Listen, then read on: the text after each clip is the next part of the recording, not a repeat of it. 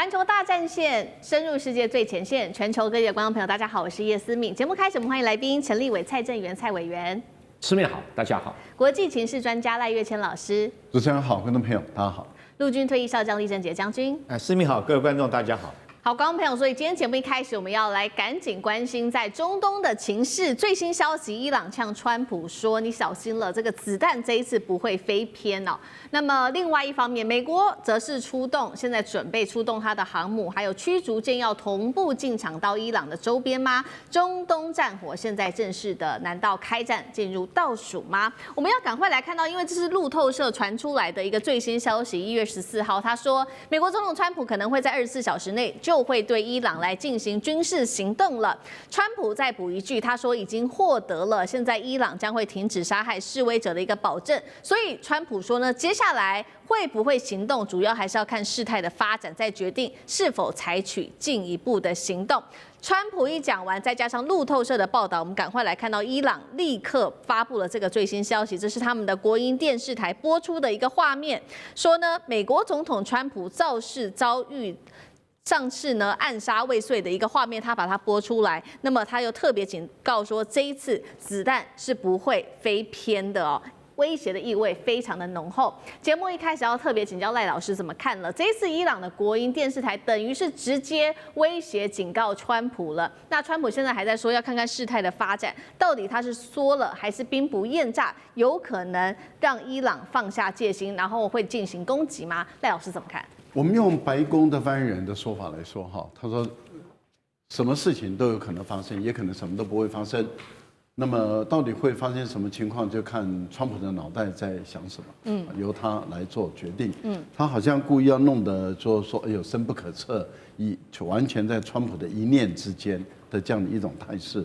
可是如果您根據路透社的一個報道，它是1月14號的報道，說24小時，現在已經15號了，那也就是說過了啊，那還是沒發生。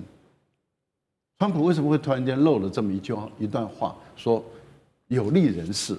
那他的意思是，可是他前一天又說，我們已經中斷了跟伊朗的所有的對話管道。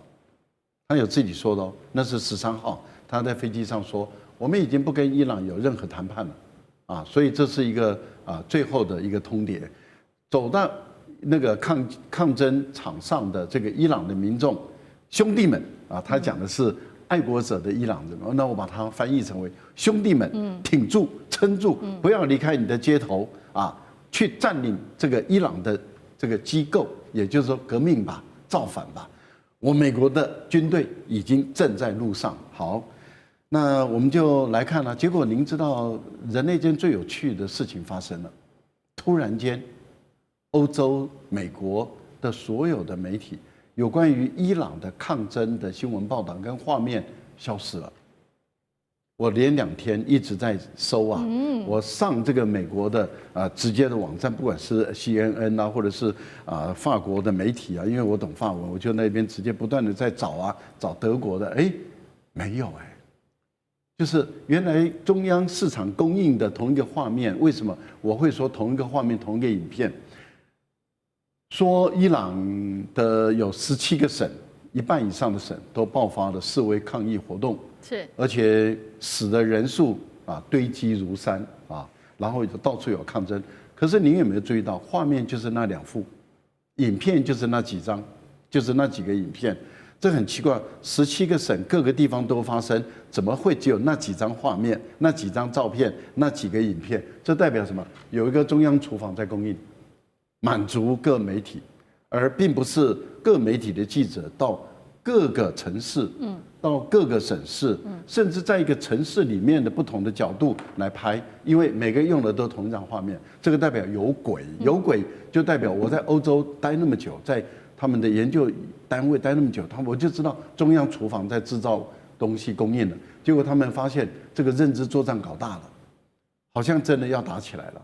那伊朗政權又推翻不了，因為目前來講看起來是推翻不了，美國又不願意派地面部隊，陸戰隊也不派，步兵也不派，那你也沒有準備好，你要大規模的進入到伊朗，你想想看，打一個阿富汗13萬的軍人，打一個阿富汗哦，你都要10幾萬的軍人，你打一個伊朗，你要多少萬的軍人進來？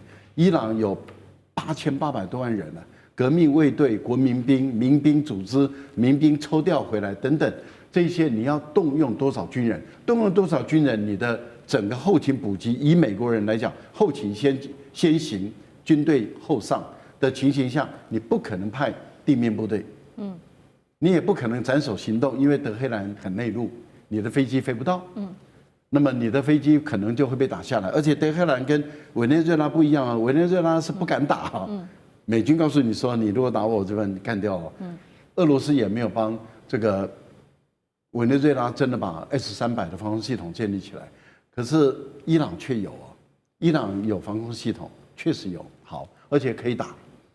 那在這樣的一個情形下的話，美軍他怕進去以後，如果死傷慘重的話，這個對特朗普來講，他未來該怎麼交代，跟國人怎麼交代？所以這些態勢已經越來越擺明了，地面部隊不敢派。然後你說派轟炸機、戰略轟炸機，你戰略轟炸機總是要轉場嘛？你難道再派一個 V-52的這種隱身的戰略轟炸機？那你要炸什麼？炸的那些東西就能夠讓這個伊朗的政權就瓦解了嗎？很難吧？我還沒聽過這種戰略。我相信杜黑的這個空權論曾經發生過，那是發生在塞爾維亞，而且炸了幾個月，炸了多久的時間，才讓塞爾維亞的這個政府屈服。但是怎麼可能因為伊朗就這樣炸了一下以後，他們就屈服說，哎呀，我投降了，我的政權交出去？這不可能發生的事，一切都不能發生。那請問一下，你動武的意思是什麼？軍事行動的意思是什麼？軍事行動要有一個戰略目標，目標是什麼？你是要挑起更大的戰端。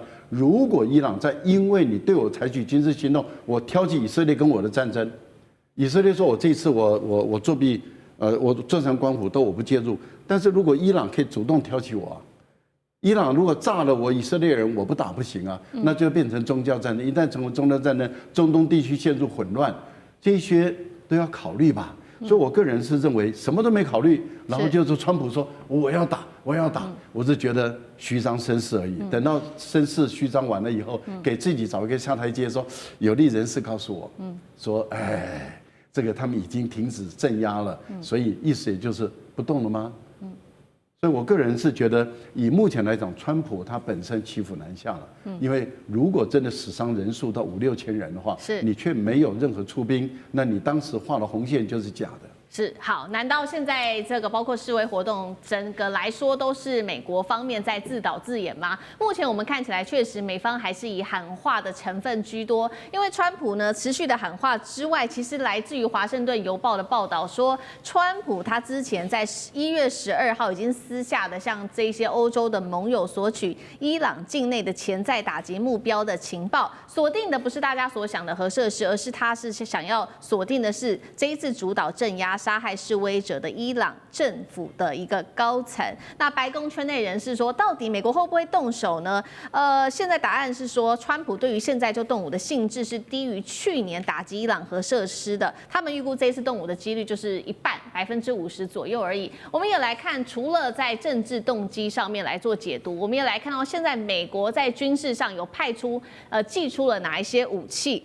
首先是看到的是航母打擊群，因為先前一直都沒有出現嘛。現在確定的是說，原本在南海巡弋的林肯號會在已經低調的慢慢現在往中東的方向去，那預估可以1周內抵達伊朗的外海。再來就是美軍的說呢，1周之內會調派2艘伯克級飛彈驅逐艦也會前往伊朗。另外，位於卡達的這個烏代達空軍基地也傳出進入了備戰的狀態。等到林肯號真的抵達了中東之後，美國就有足夠的戰力對伊朗發動軍事打擊嗎？川普接下來會選擇這種斬首式的精準打擊伊朗高層，還是別的手段？酈將軍又怎麼看？我覺得這個我們講一句話啊，戰機稍縱即逝哈。那美軍如果要出兵攻打這個伊朗來講的話，其實我認為這個戰機已經失去了。在上個禮拜或許他還掌握到戰機，那時候有2個對這個美軍跟以色列如果要趁這個機會攻打伊朗來講的話，我覺得實際上面比較好。第一個，我們看到伊朗為頭的這些所謂的這個組織哈，包括到敘利亞，包括到這個黎巴嫩真主黨哈，這些大概一個一個都被美軍拔掉了。那美軍這個時候他外圍力量沒有，這時候攻打它確實是一個比較好的一個機會。第二個啊，趁着這個伊朗自己本身因為通膨的問題產生了這種暴動，而且暴動範圍好像很大。規模也很大，哈，這是確實是一個動手的一個好時機。那上個禮拜我們聽到美軍來講也動用了 KC-136和這種135的加油機，還有他用 C-17運輸機運了大量的裝備跟武器哈，到達所謂中東地區美軍的基地在這邊，那感覺上面好像有要攻打伊朗的態勢，那甚至於他的三角洲特種部隊也進去了。那時候我認為可能採取的是一種所謂的斬首作戰，針對的就是這個伊朗的精神領袖哈，這個哈美內伊來實施斬首，或者是針對他的核武的設施哈來實施定點的一個清除。但是我覺得在今天，如果情況已經發展到這時候，我覺得戰機已經稍縱即逝了。怎麼講呢？美軍我認為最重要，他沒有做好開戰的準備。我們從2件事情看得出來。你知道，如果說是要大軍作戰，第一個最重要是戰備集運。美軍那時候去攻打伊拉克的時候，總共花了3個月的時間做戰備集運，將戰備物資部隊調動前往這個伊拉克那邊去。然後这個美軍這一次，我們看到他動委內瑞拉，我們看到他除了說福特號的航母之外，還動用了所謂硫磺島號2棲攻擊艦，也大量的 F-22、F-35哈，甚至於 B-2轟炸機，然後甚至15000多名的陸戰隊士兵，那只為了捕捉委內瑞拉。軍事作戰一定是一種以獅子搏兔的方式，才能夠確保作戰勝利。如果你只有50%這個勝利的機會，我覺得這時候如果貿然用兵，那是置自己於死地哦。那我們在俄烏戰爭，俄羅斯當初動手之前，也是在那邊做了將近有半年的時間哈，做各項的部署以及運輸的工作。那這次如果說只是幾艘的驅逐艦在裡面，你就要對伊朗動手，那跟委内瑞拉比起來的話，我覺得差太多。第二個來講的話，那你要考慮到這個伊朗自己本身，它有2支的部隊，一支是屬於它的國防軍哈，或許總統還可以掌握到，或許這些國防軍的這種宗教意識還沒那麼強，但不要忽略，它有一支部隊叫做革命衛隊，那純粹就是宗教部隊。這宗教部隊宗教信仰是很強的，而且這支宗教部隊它的武裝和陸海空導彈部隊全部都有。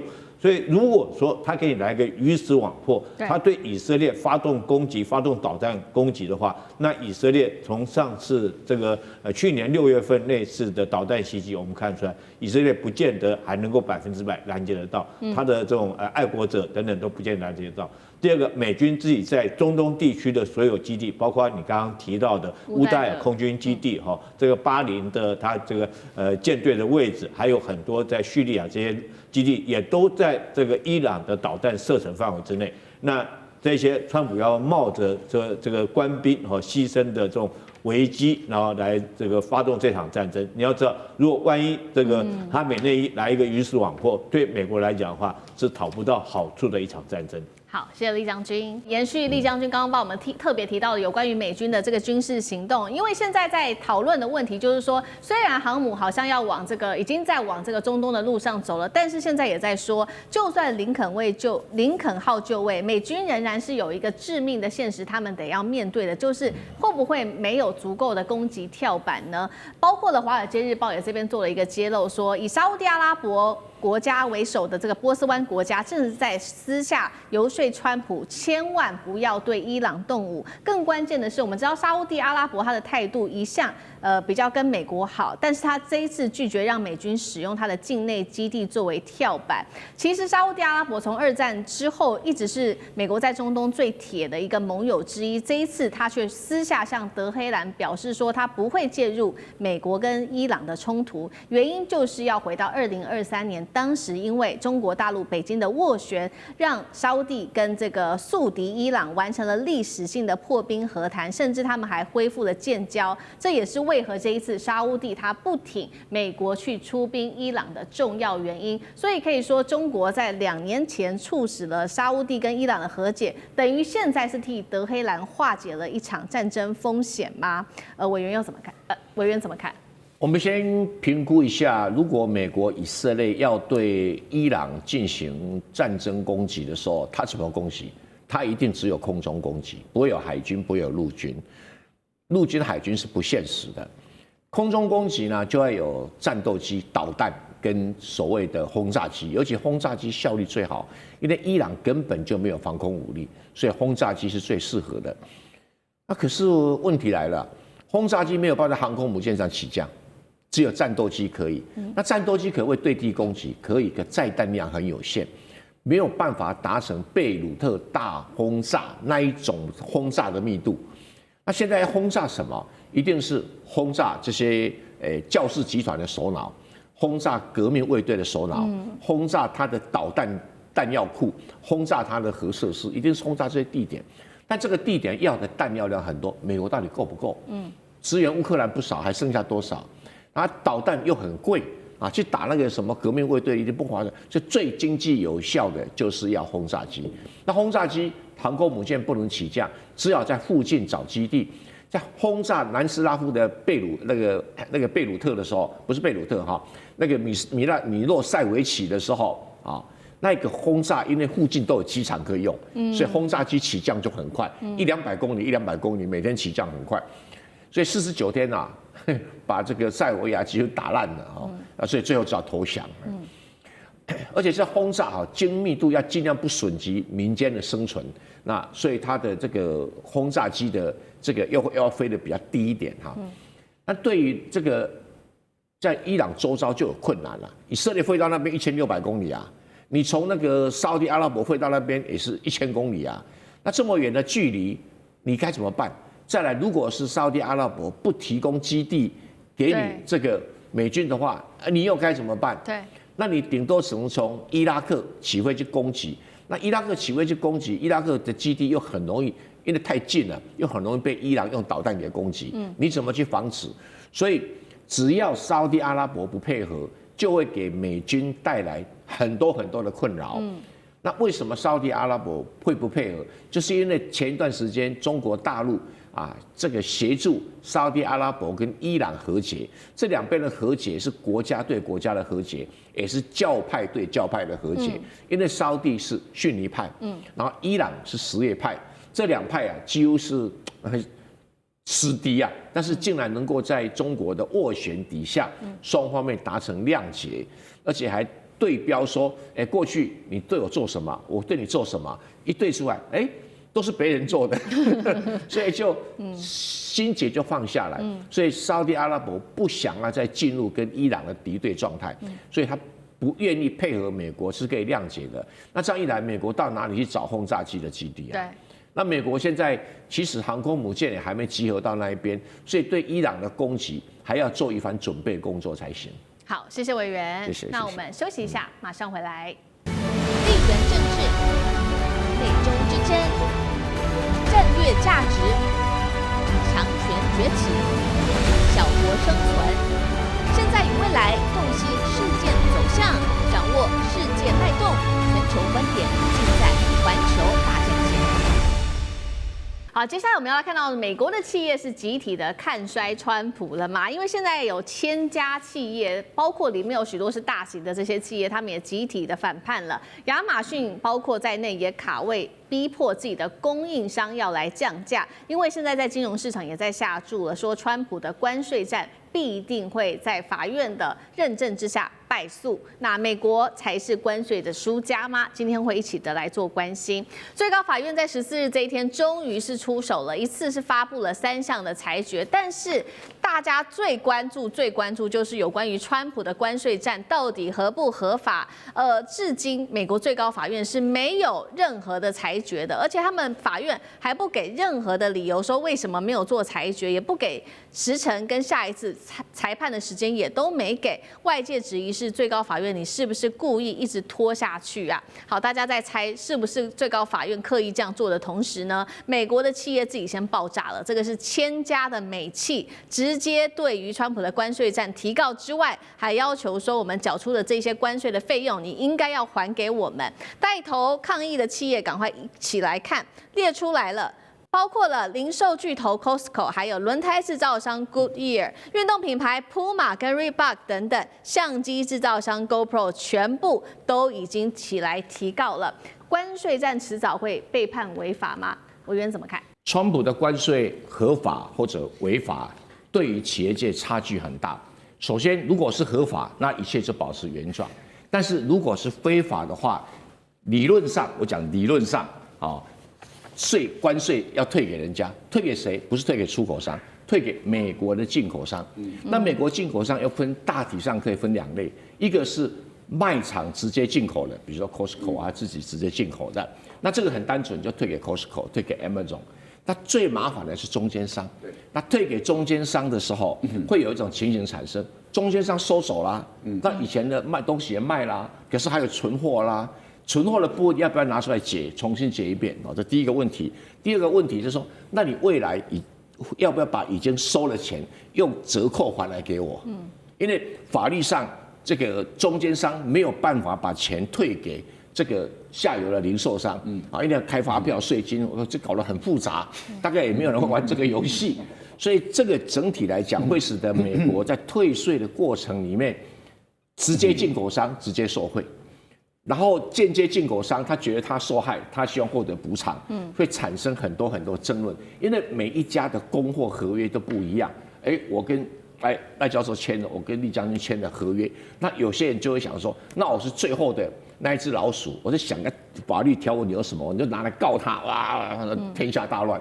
所以美國會亂成一鍋粥。那這裡面商業的好處是說，不會有太不理性的行為，大部分都是惡意天作五啊，用什麼方式來解決？但是至少大概亂個半年跑不掉了。那現在 Apple 總就開始講說，這個，你先降價給我啦。中間的這個進口商說，我不確定是非法的我到底什麼時候退給你？是不是等到法院？可是 Apple 總是覺得這個川普輸了，所以應該怎麼樣？那很抱歉，這個美國企業界自己，可是對消費者沒影響。消費者一定是判定非法之後，然後由 Amazon 再開始降價，然後有成本從進口商第一階、第二階，進口商通常有3階，第3階的進口商這個部分呢，那個才開始降價。不過川普的關稅即使是合法，問題也不小。為什麼叫合法？問題也不小呢？最怕這個最高法院來一招合法，但是附帶條件，哇，那個就麻煩了。對，因為美國的最高法院竟然幹這種事會附帶一些條件。是，那你永遠不知道它附帶什麼條件比如說致死無效，還是至此無效？還是從哪一天開始無效？這個無法去確定這個事情。那如果說一開始就無效，那反而好解決。就怕它附帶條件。最後就法律訴訟、商業談判或者那個是美國律師又賺錢了。對，好，所以我們看到現在，即使這些美國的大企業一起集體的告這個川普的關稅戰，但畢竟都還在訴訟等等的階段。那此刻他們唯一能做的事情，其實他們開始賣一樣東西了，那就是把未來可能拿到的關稅的退款權拿去賣。賣給誰呢？賣給這些對沖基金。為什麼？就是他們可以先在這個有結果之前，先拿到一些現金來做止血。那同時，對沖基金又為什麼要買呢？因為他們就賭川普一定是違法的，這個最高法院一定會打臉川普。那另外呢 ，Fed 的褐皮書也最新揭露，關稅的成本一直累積之下，原本硬撐不敢漲價的企業，現在也決定放棄抵抗了，乾脆就讓這些成本直接轉嫁丟給消費者吧。所以現在關稅戰的衝擊已經到了臨界點了嗎？連企業都撐不下去了嗎？看起來美國人會不會為此買單？厲將軍怎麼看？有一句話說得好醜媳婦總要見公婆。這個關稅最後一定還是這美國最高法院最後還是要有一個裁決。但是如果說你繼續拖下去，我覺得對美國政府或者對企業界來講的話，那種等待的心態是更加的焦慮。為什麼？我們有一句話講說，靴子落地之前那個時候是最難熬的時間，這時候大家就在賭那為什麼對沖基金願意去買這個股權？我覺得因為在去年11月5號的時候，美國大法院他們開這個辯論會的時候，那時候不管是保守派或者是自由派的大法官，對於川普這個關稅的所引用的相關的法律，都抱着懷疑的態度。好，這是第一個，因為他那時候所引用的法條是這個所謂國際緊急經濟權利法。哈，那這個已經如果說是國際，現在美國是不是真的面臨到國際緊急的一個經濟狀態？那當然大法官有大法官的解釋，可是一般來大家都認為說是美國現在狀況不至於說是到緊急狀態，那會不會超越總統的權責？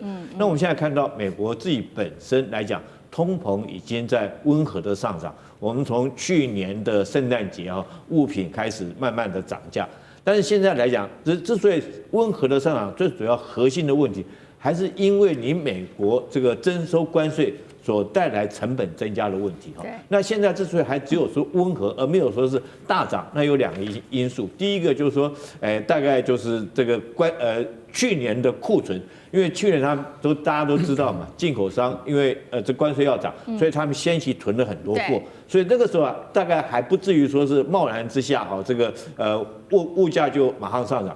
第二個來講的話，有一些貨品，譬如說這個零售業或服務業，他們為了怕客戶跑掉，所以不敢貿然的漲價哈，將很多的關稅的成本自己就吸收掉。但是有一些東西，有一些行業來講，它沒辦法吸收的哈。比如說醫療哈，這個東西你再怎麼樣，這個你還是要看病嘛。這個物價在漲，醫療看病的錢再高，你還是要看病。譬如保險哈，這個是少不了的。所以這2個慢慢的上漲，已經那我們現在看到企業來講已經慢慢承受不住，它因為庫存的這種物品來講，大概也都銷貨的差不多了哈。第二個來講，所有企業到最後都還是要有盈利，要有利潤的空間。你不能叫賠錢的生意，沒有人會做，所以它還是要盈利。在這種狀況之下，這個我覺得說之後哈，美國這個關稅可能面臨的問題確實是很大哈。如果說是通膨繼續上漲，對美國整個國家的經濟會造成很大的影響。但是以川普的個性來講，他可能會引用其他的相關法條硬撐到底哈。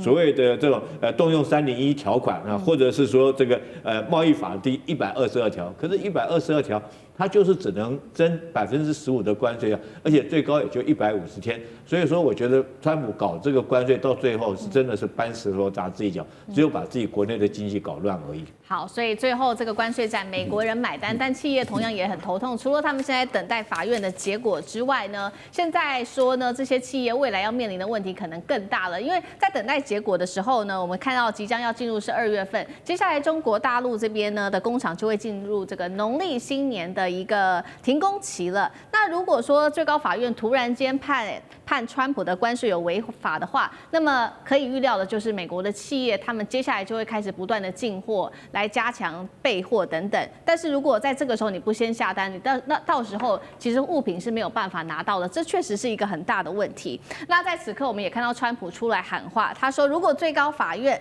在這一場是有關於國家安全上面的問題裁定是對美國不利的話，我們就完蛋了，因為這些金額是非常的龐大的，高達數千億，甚至是上看數兆美元。川普說關稅違法會完蛋，但是我們看到另外2位沒有那麼擔心的是財長，他說我們還有錢可以退啊。另外一位是白宮，他說我們是有備案的。到底如何看這一場關稅判決的最後結果？如果說敗訴，川普真的有可能會認輸嗎？賴老師怎麼看？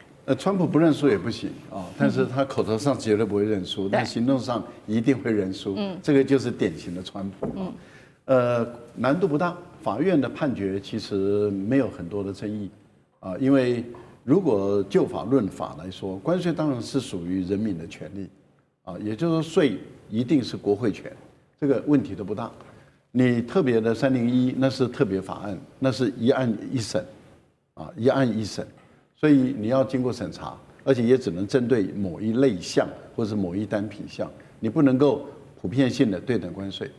所以這個部分在法律上的角度來看的話，問題都不大。現在法官的思考點是在於，他確實像川普所說的，他會影響到國本，因為川普做了一件違法的事，侵犯了國會的權利。那他法院如果不處理，國會的權利被侵犯，這個情況要繼續下去嗎？所以這個是法院就涉及到國本的問題了。第二個就是，如果法院判決這個川普是違法的，那他的行為之前的那都無效了。都無效了以後，就會出現幾個更麻煩的問題了。第一個就是還沒有跟川普簽貿易協定的國家，他為什麼要跟你簽呢？對，那已經你不能再實施了嘛，所以對等關稅就要拿掉了，那他就不會再跟你簽了，還在談判中的，或者是有一些人正在飛往美國人的途中，像我就知道台灣有2個女性吧，好像正在飛往美國人的途中，那他如果跟美國人簽了，那他簽了以後，那些人就成為豬頭了，沒簽的人他賺到了，他說那我不用再跟你簽了，可是我如果簽的人我變成豬頭了。那我怎麼對我的民眾交代？對，像日本啦、韓國啦等，他怎麼對他的民眾來交代？這就是2種狀況了。一個，他給他的已經簽的盟友制造的困難，他們的政權的合法性跟他決策的錯誤性，馬上會受到在野黨猛烈的攻擊跟人民的質疑，還有企業廠商的憤怒。這是已經跟美國簽貿易協定的這些人，他們就慘了。沒有簽的這些人，他就變成大功臣。他贏了，可是問題是，對於川普來說，那他已經違法收的這個錢，他不會管你的國家，因為關稅是在國內付的嘛，所以跟你出口商沒關係嘛，是跟進口商有關係。那就是跟剛剛委員一開始就已經強調得很清楚了，也就是說，這個錢到底要怎麼退的問題，會計審計要怎麼做賬的問題，還有就是原本我在倉庫裡面的這些存貨，我知道你要徵關稅了，我大量堆貨，然後等到你徵關稅以後，我大量出貨，所以它的關稅的一定的計算的基準是從進貨開始算嘛，那我後面還沒賣掉的囤積的，那也算是進貨還是不算進貨？對，那這個問題當然就很大，所以我個人是認為說，對於這個川普來說，這個確實是一件很難的事。那您談到是有沒有備案？那301就是一個備案嘛，可是問題是301它是一個打點的。它並不是一個打面的，對等關稅是打面的。一旦打點了，每個東西要經過調查，美國會疲於奔命，那這個效果就沒有過去想象中那麼的有威力了。沒有一個國家就會在乎你的關稅的問題。川普本身唯一的武器就是關稅，關稅這個武器被拿走以後，川普就剩下什麼都沒有了。那川普還能夠影響哪一個國家的任何決策行為，我覺得都沒有任何空間，所以川普他才會覺得說這個茲事體大。當然，美國的法官也不會完全依法論法了，他很多的時候還是會考慮政治的現實。好，謝謝賴老師。那我們休息一下，馬上回來。地緣政治、美中之爭、戰略價值、強權崛起、小國生存，現在與未來洞悉事件走向。掌握世界脈動，全球觀點，盡在環球大戰線。接下來關心全國產晶片 AI 的模型，現在突然間橫空出世了，在中國大陸。那麼北京也另外反手要來封殺美國的 H200軟體，希望去西方化。中美科技戰正式翻篇，今天一起來做解讀。好，川普現在呢最新喊話，他說要有條件的，終於是要來放行他的 H200了。沒有想到，我們看中國大陸立刻出現了一個逆襲，直接端出了一個完全不用靠美國的成績單。他是誰呢？他就是中國 AI 的新創智譜，現在說要跟華為一起合作，他們正式的發布一個是完全國產的新一代圖像生成模型 GLM Image， 好，包括了接下来從晶片到框架、訓練到模型，全部100%都是國產化，完全不把這個有條件放行的 H200放在眼裡，也等於是對美國的科技封鎖來做出一些回應。我們來看到這個 GLM Image 特別使用的東西，包括了它有這個來自於升騰的訓練服務器，還有深思的框架跟多元的模型。重點來了，生成一張圖片其實只要0.1元的人民幣，被視為中国大陸把 AI 從這種高端的奢侈品一下子變成了工業化的耗材，打斷了美國高端的這種算力壟斷的神話嗎？代表說頂級 AI 接下來不用再看美國人的臉色嗎？那這個 GLM Image 到底有什麼樣子厲害的地方？為何能把成本壓得這麼低？委員怎麼看？我們首先解釋一下什麼叫 GLM Image 哈，這個 GLM 就是通用語言模型，就 General Language Model。就是用語言在跟機器對話的過程裡面，可以產生圖像。我用中文講，我用英文講，什麼語言？告訴他說，你幫我畫一張思敏的畫像啊，他就幫你畫出來。這個基本上是一個很複雜的一個 AI 的運作方式。如果是圖像到圖像簡單，語言到圖像，這有時候會難度會比較高。對，特別是中文的語言。那這一款由智譜跟華為共同合作的 GLM Image 哈，它是用系統來跟什麼？跟美國的系統競爭。如果晶片對晶片，可能美國會比較強，但是整個系統的時候，它就是截長補短，變成它有競爭力。但它使用的機器是什麼？用升騰的 Atlas 800TA2，這是什麼意思？這是一個伺服器，在訓練伺服器，專門在做 AI 訓練用的。然後它裡面裝什麼東西呢？它裝了一個華為自己做的鯤鵬 CPU， 很強的 CPU， 不 GPU 哦。它 GPU 裝在另外一個伺服器中的伺服器，啊，叫做 4U AI 伺服器。那裡面裝的就是這個升騰的 GPU 晶片。它是這樣的一層一層架構上去，那這部是硬體的部分。生思的 Mindsport 是什麼？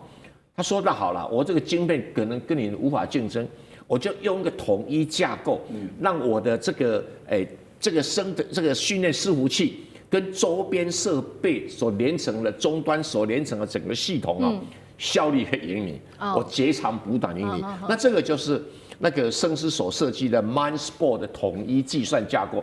你就把它想象成 iOS 啊，或者想象成这個華為鴻蒙啊這種概念，那就可以哈。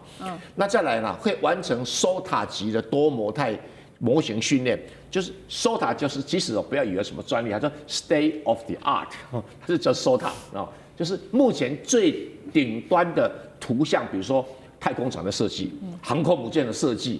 啊，不是一般的這種所謂的，還要幫我畫我母親的圖像，不是那麼簡單的，都很複雜的圖像的一個設計啊等等，那叫 state of the art， 就是我們這個系統裡面，當前行業上最頂級的圖像生成是什麼樣的圖像生成？3D 啦，或者是3D 類什麼東西之類的東西，可是重點在成本。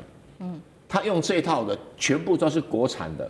把成本給壓縮到一張圖，當然他沒有講這一張圖是什麼圖啊，是0.1億元人民幣。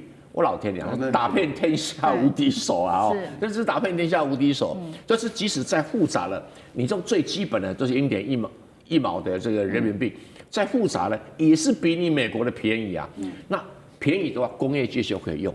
因為你的太貴了，工業界想讓我實驗室用就好，我生產線用量那麼大，對不對？我要節省成本啊，所以這樣一來的話，它接上3D 列印啊，接上各種機器人啊等等，很抱歉，它就是成本比你便宜，那效率一樣，成本比你便宜，我就可以在業界生存。所以華為啊，這個大陸上有很多新創的 AI 哈的這些公司哦，很複雜。那如果像智譜懂得切到這個 Mindsport，就說，哎呀，你這個。有一些 GPU、CPU， 一下子什麼訓練伺服器，一下子 AI 伺服器，還有終端使用，還有在遠方也要上來使用，這麼複雜，我來設計一個統一計算架構，就是鴻蒙系統那種概念。那我只要讓很多操作的很方便，不用太複雜，比如說醫院用的，它也可以用；工廠用的也可以用；那太空船發射的也可以用。那請問你？我需要這麼多那個什麼 AI 程式設計師嗎？我成本都整個降下來了。是，那總共來講，能夠到達 SOTA 級的，那是頂端的東西。好，所以我們看到這個是完全的全國產的晶片 AI 模型橫空出世。那剛剛說了嘛，價格低到不行，一張圖片生成只要0.1元人民幣。那現在美國如果說要放行 H200，對於中國大陸來說還會具有吸引力嗎？我們看到是路透社爆料的說，中國海關已經通知輝達 H200了，不准入境。就算你美國開放，但是中國大陸方面現在態度是說，除非必要啦，否則是一律暫停購買的。其實呢，美國當時在放行 H200之前，還有非常多的限制，一共是3重限制。第一個技術嚴格，第二個用途追蹤，第三個是總量限制。結果沒有想到大陸是完全不要了。賴老師怎麼看？大陸當然知道美國想要幹嘛，美國也要透過這個 H200要掌握你的 AI 的發展方向，跟 AI 的這個使用的一個途徑啊，他也想了解透過 H200 來掌握中國大陸 AI 的發展現況，所以他當然希望你使用，可他要完全掌控你是放在哪裡。那對大陸來說的話，因為美國的法律有規定，他們的所有的數位產品都必須要留有後門，給他們的情報人員可以去無限制的、自由的進出，從後門進出去了解這個使用者他的所有的相關的產品，任何通訊產品、任何數位產品都在他們的法律規範之內。那當然，黄仁勳一直在強調說他的晶片絕對沒有後門，他一直在強調，但是法律有寫。可是黃仁勳又強調他絕對遵守美國的法律，那這個就很特別了嘛。遵守美國的法律又說沒有後門，但是美國法律規定要有後門，那這怎麼解釋？到目前為止都還沒有解釋開，沒有解釋開。對大陸來說的話，他知道美國為什麼會突然間從 H200從 H20提升到 H200，那就是因為中國大陸的910C 也已經發展起來了，也就是中國的升騰的910C已經出來是對標的，910D 也出來了。那這樣的情形下的話，你在控制 H200的意義不大了。對美國來說，乾脆的釣魚它有3重的功能。第一個就是我來掌握你的發展，我如果真的有後門的話，我掌握你使用者，我控制住你這樣的一種情況，就是我們講的所謂的產品追蹤。那麼如果有後門，哪一天我從中來竊取我所要的資料。所以大陸這邊的限制很明白，就是而且已經開會了昨天就開會了，把業者都找來，而且據說是態度很堅決，而且很嚴厲的，也就是誰違反誰試看看，誰偷偷的想方設法的弄進來，誰違反誰試看看，那也就是這個等於是一種警告了。對，那我相信這種警告是絕對有效的所以如果要進來的就有大學可以進来，但是要經過特批。那因為你大學你要進這個東西，你要做研究H200或者研究這個黃仁勳的 NVIDIA 它是怎麼運作的，那可以。可是如果你要把它用在商業用途不行。那美國的目的在哪裡？美國的目的是要打趴你的這個 H200的相類型晶片的一個發展，也就是 AI 晶片的發展產業，不讓你中國有活路，因為他知道阿里跟騰訊還有他們百度，他們也要自己要做自己的 AI 晶片，他不讓你有晶片發展的空間。那他也知道華為已經做出來了，他不讓你有空間，所以在這個時候賣，你賣中國大陸告訴你不能進，那不能進的話，等於是保護了中國大陸自己的產業，因為它根據的是你的歧視性行為，根據國家安全法，那你美國的產品不能賣，也沒有違反 WTO 的規定，因為这是你美國設的遊戲規則，我就按照你的遊戲規則用在你身上。這個對黃仁勳的消息來講不是一件好消息，所以它股票蹦一下就往下挫，就是因為這個原因。是，好，這個是中國大陸對於這個美國的西方的晶片的一個封殺。那其實不只是對於 AI 晶片的一個封殺，現在呢是說連這個有關於來自於美國跟以色列的相關的，包括了資安的軟體也要完全封殺，而且封殺的這一些軟體商都是重量級的，其中一家包括了博通旗下的公司理由當然還是以國家安全為由，一次封鎖12家來自於美國跟以色列的資安企業，要完全去西方化嗎？李將軍怎麼看？中美科技戰原來都是美國在卡中國的脖子那主要那時候中美科技戰主要限制的，我們講小院高牆，大概就是主要是在晶片方面但是沒想到現在中美的科技戰已經擴展到資安的軟體工程也在做這中美科技戰。那現在我覺得這個以前美國對中國這個通常都是用國家安全為一個借口為一個理由來卡住中國脖子，不將這些晶片或者將技術提供給中國。現在沒想到中國以其人之道還治其人之身，也以國家安全的理由來反制中國，然後限制自己國內總共的各個企業不可以買這資安軟體這資安軟體事實上顧名思義，如果軟體工程來講的話，跟硬體最大的差別就是說，主要靠的是腦袋嘛。那如果說中國的工程師這個資訊工程師有這個能力給他假以時日來講的話，他一定可以設計出相關的資訊安全的軟體所以不見得都要跟你從中國買。我覺得從這方面，從軟體來着手跟美國做一個對抗，是最容易下手。硬體的部分，或許你限制於艾斯摩爾的光刻機啦或者是晶片的設計，可能還有很多的門檻要卡住。但是軟體純粹就是靠智慧、靠腦力來設計。所以說，中國從這方面來着手，確實是對的。那目前我們看到，中国總共美國來講是博通這家公司，它旗下的相關的企業，還有以色列這個 Checkpoint 它底下企業來做這個管理跟限制。中國自己本身來講，國內的企業夠多，它市場也夠大。我想，如果說將美國跟以色列這些資安軟體公司限制在外，那也可以鼓勵自己國內的相關資訊工程的這些設計更好的資安的軟體提供國內企業來使用。那我也相信中國自己有這個市場，它應該可以發展做得出来。然後當然對美國來講的話，他們就少了一個市場，少了一個生意。好，謝謝酈將軍。那我們休息一下，馬上回來。地緣政治、美中之爭、戰略價值、強權崛起、小國生存，現在與未來洞悉事件走向，掌握世界脈動，全球觀點盡在環球大戰線。好，接下來我們要特別關注到是中國大陸非常知名的棋聖聶衛平先生，他走了，如何形塑接下來習近平的中國戰略？今天我們會一起做深入的分析。好，這一位是大陸的傳奇人物，圍棋振興的關鍵人物，他是中國圍棋協會的名譽主席，同時擁有棋聖這樣子的一個稱號。他是聶衛平，在1月14號這一天在北京病逝，享壽74歲。好，我们來看一下他曾經做的一個回顧哦。他說呢，他跟這個習近平主席曾經在青少年時期他們是好兄弟，文革時期他們一起度過了青少年時期。那他說呢，我的父親是一名科學家，那習近平的父親曾是革命的元老，他們都被打倒了。那麼我們與這個倒台的空軍幹部之子，這個是劉衛平一起並稱，當時叫做三平。那他們說處境非常的相似，而且呢，當時沒有學習的壓力，就經常會在一起玩耍。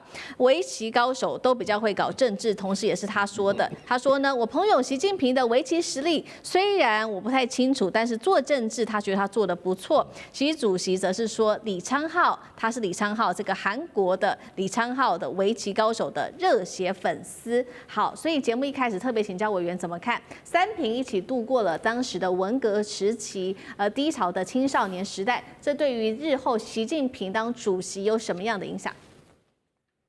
這裡面啊，有我是親自聽習主席講的啊，也有是從跟他很接近的人講的啊，他的一些故事跟了解。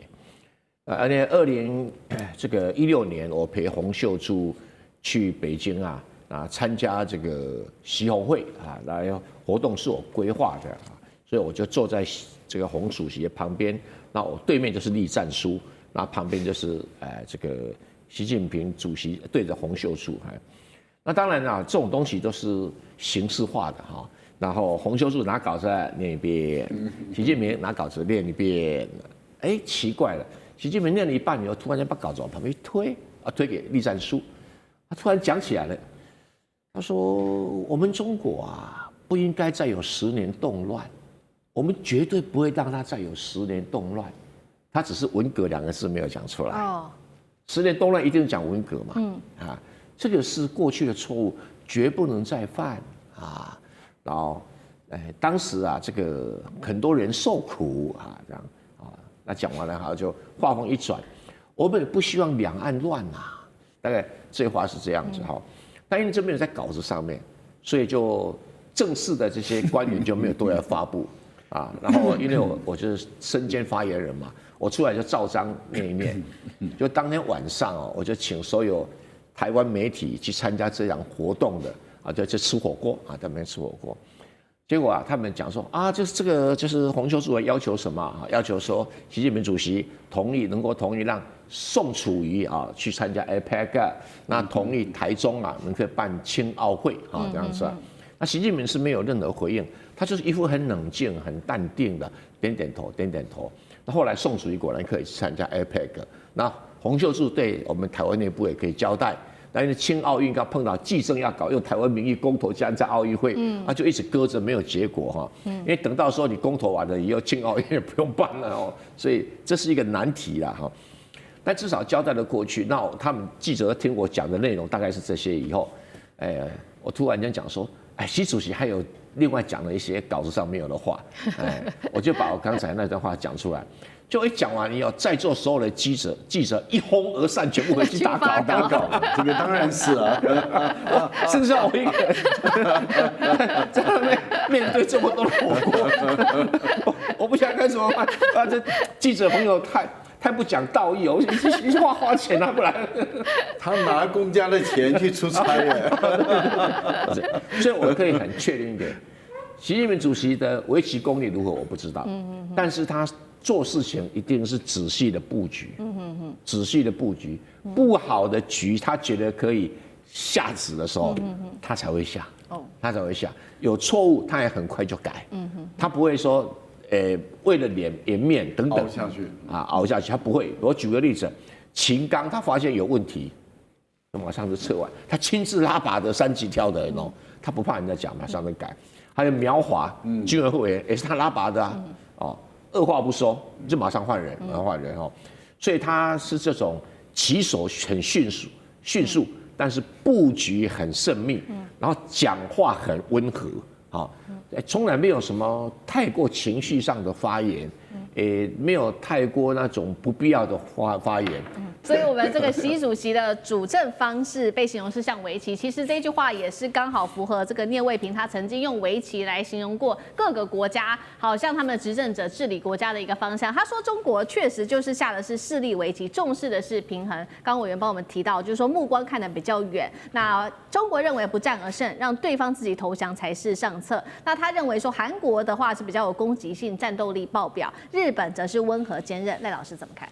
我就順着這個委員剛談的啊，我來也講一下我的經歷啊。我跟習主席見了2次面，一次是在2014年的時候啊，都是在人民大會堂，也都在同一個福建亭啊。14年見面的時候，那時候他剛上台的第2年就見了，那時候藍營的士氣正在低落的時候啊，因為選舉輸了嘛，選舉輸了怎麼辦？啊，親民黨的很多的委員都離開了，移到了這個其他的地方去。那時候正是比較混亂動亂的時代。可是你看，他把台灣的局勢事實上就穩住了啊。那18年的時候見了第2次，那是跟連戰去啊。那第2次的時候，那個時候就是準備要對美國要開始對抗，挺身而出，在全世界唯一的一個大國。挺身起來對抗美國的貿易戰。全世界各個國家對於川普的貿易戰第1任的時候，那是18年。你看其他的國家都在看笑話，說中國大陸一定輸。那時候台灣的評論員就說中國慘了，一定輸。那是18年的事。各位，現在2026年了，我們來見證一下。你看，當川普第2次再上來的時候，在搞這個貿易戰。歐洲的國家，日本、韓國、台灣等等倒一片，中國大陸挺住了，而且不但挺住了，還打得美國自己本身一直往後退，全世界都看得出來，就是中國大陸在打這場貿易戰的時候，其實就是2個觀念。我為什麼會講這2段？就是講2個觀念。第一個觀念就是勢，中國大陸把這個勢做出來，所以我覺得。如果要說習近平的圍棋思維，他確實有他所欣賞的李昌鎬的這種攻擊性的這種作戰，確實有。也就是說，他對於美國這種帝國主義、霸權主義，他的攻擊是非常的猛烈，而且是一點都不留情。打的美國，你多少關稅？20，我加20。對，你40，我加40。你100，我加100。你145，我加145。再往上加就說夠了，沒意思了，因為最多145就不用來往了。那但是你看那個猛烈的程度，然後現在稀土一出來的時候，美國哇哇叫了，而且是猛烈無比，這代表有李昌鎬他的騎士在裡面。可是你看他整個布局卻是中國的聶衛平的這布局，就是把整個態勢做起來。你看現在整個非洲倒向中國，歐洲現在美國的盟友都往中國這邊來移動。拉丁美洲不用說了，亞洲幾乎都是中國的影響力，除了那個小日本以外，還有菲律賓還在那邊當跳的小丑。可是你看到全世界的態勢，基本上來講都已經跟中國大陸站在這一塊了。這代表什麼？這個勢已經造成了，美國事實上反而是最孤立的了。好，所以我們看到這個從圍棋賽來聊到這個國家主政的一個戰略，那其實是聶衛平他在談的。那其實聶衛平他也曾經帶起這個中國大陸他的圍棋風潮，這是在1980年代在中日圍棋擂台上面，他曾經獲得11連勝。酈將軍怎麼看？這場比賽哈，確實是非常的扣人心弦，也非常緊張。我們都知道圍棋跟書法是中華民族的國粹嘛哈。那但是很遺憾的，在我們自己本身尤其是文革之後哈，這慢慢沒落了，都沒有重視。那反而在日本跟韓國哈，他們很重視這2項的這種博弈的活動，所以在日本跟韓國哈有正式的一個比賽。那在1980年這一次來講的話，實施中日圍棋比賽整個過程哈，那真的是扣人心弦。那我們可以說用現在的話講叫逆轉勝哈。剛開始的時候，中國隊了哈，是以這個5-7落敗哈，這個然後沒想到這個聶衛平這個主將出戰的時候，連勝的他的主將叫小林光一，跟他的冠軍加藤正夫哈，這打成7-7平手，哇，那最後一場是更精彩了。